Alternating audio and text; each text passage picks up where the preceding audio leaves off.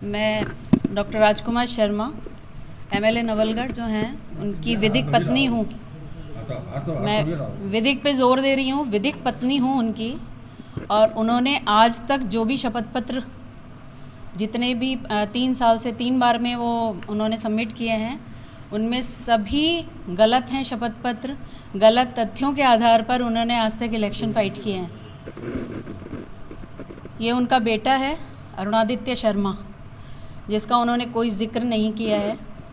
सभी चीज़ों का मैं विधिक रूप से लड़ भी रही हूँ कोर्ट्स में भी, और कोर्ट में जो पिछली 5 साल से कांग्रेस सरकार है उनको सब केसेस को दबा दिया जाता है, फाइल्स को पेंडेंसी में डाल दिया जाता है, वहाँ कोई सुनवाई नहीं होती है, सीएम से हमें मिलने नहीं दिया जाता है। और डॉक्टर राजकुमार शर्मा ने हमें घर में कैद कर रखा था, वहाँ से निकल नहीं सकते थे हम। आज 5 साल बाद जब सरकार हटी है तो मैंने हिम्मत जुटाई है। मेरे कुछ पीछे इस तरह वेलविशर लोग हैं जिन्होंने हिम्मत दी और मैं आपके सामने आई हूँ पहली बार, क्योंकि इतना त्रस्त उन्होंने किया है, इतना मुझे टॉर्चर किया है मेंटली, और मेरी पूरी फैमिली बर्बाद कर दी है। कितने साल से अलग हुआ? मैं तो पिछले इलेक्शन से अलग हूँ उनसे, 2018 से। 2018 में भी उन्होंने अश्योर किया था कि ये सब जो भी परमराज शर्मा के साथ मेरा है वो मैं ख़त्म करूँगा, उसको नल एंड वॉइड करवाऊँगा।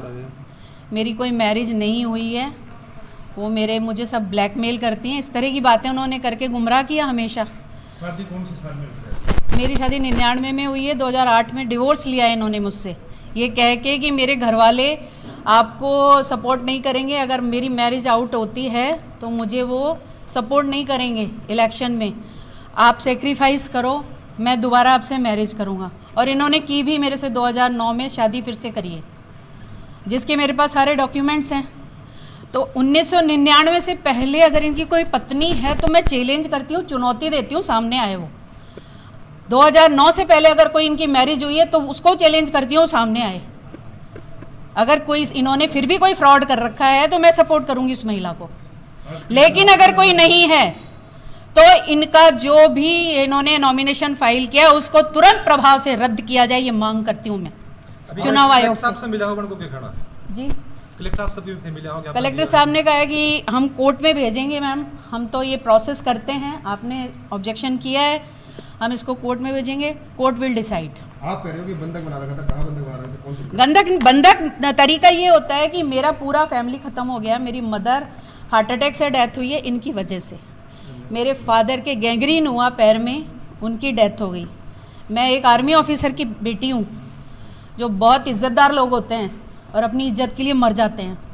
आप मूलतः रहने वाले कहाँ के हैं? मैं मूलतः जयपुर की हूँ रहने वाली। 2009 में कौन से कोर्ट में आपकी शादी हुई? 2009 में आर्य समाज में शादी हुई है मेरी।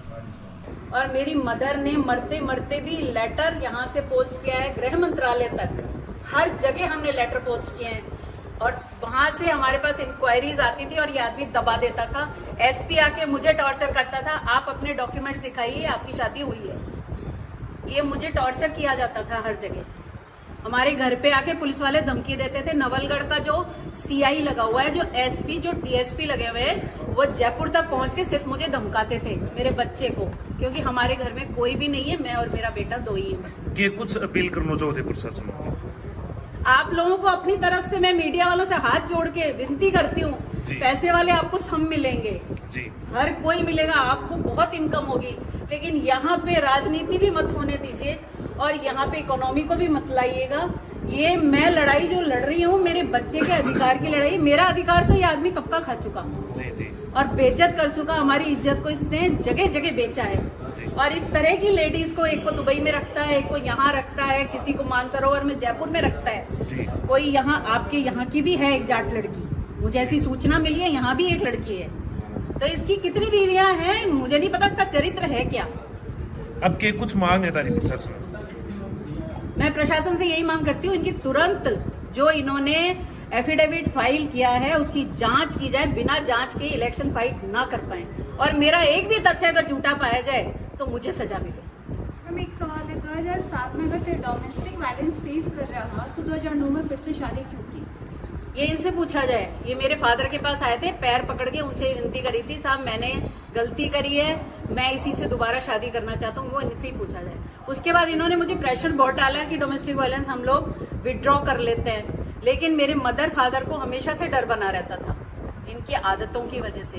तो उन्होंने ये कहा कि नहीं, इसको चलने दो, मैंने लॉ किया हुआ है, प्रैक्टिस में नहीं करती हूँ, करने नहीं देते ही मुझे, मेरी कहीं जॉब नहीं लगने देते। मैं जहाँ जॉब के लिए जाती हूँ वहां से मुझे ना का जवाब मिलता है। मैं PhD हूँ, लॉ हूँ, लेकिन मुझे जॉब नहीं मिला आज तक, करने ही नहीं दिया इस आदमी ने। पैसे के लिए मोहताज किया है। मेरे माँ बाप ने, मेरे फादर बहुत अच्छी पोस्ट पे थे, SBBG GM सिक्योरिटी से रिटायर हुए थे, उन्होंने कभी रिश्वत नहीं ली, वो एक आर्मी वाले थे, उन्होंने कभी कोई पाप नहीं किया अपनी जिंदगी में, लेकिन इस आदमी ने उनको तड़पा के मारा है, मेरे फादर को, मेरी माँ को और मेरी बहन का भी। मुझे जहां तक लगता है वो ये आदमी जिम्मेदार है उसकी मौत। कौन जिम्मेदार है? राजकुमार शर्मा। ये कहा है कि मेरे खिलाफ कोई केस लंबित नहीं है, जिसकी डिटेल मैंने इसमें दी है, केस नंबर तक इसमें दिया हुआ है। अगर प्रशासन चाहेगा तो इसमें कार्रवाई की जा सकती है। कौन सा केस चल रहा है उसको? इनके खिलाफ FIR लॉन्च कराई है डॉक्टर शिव गौतम ने।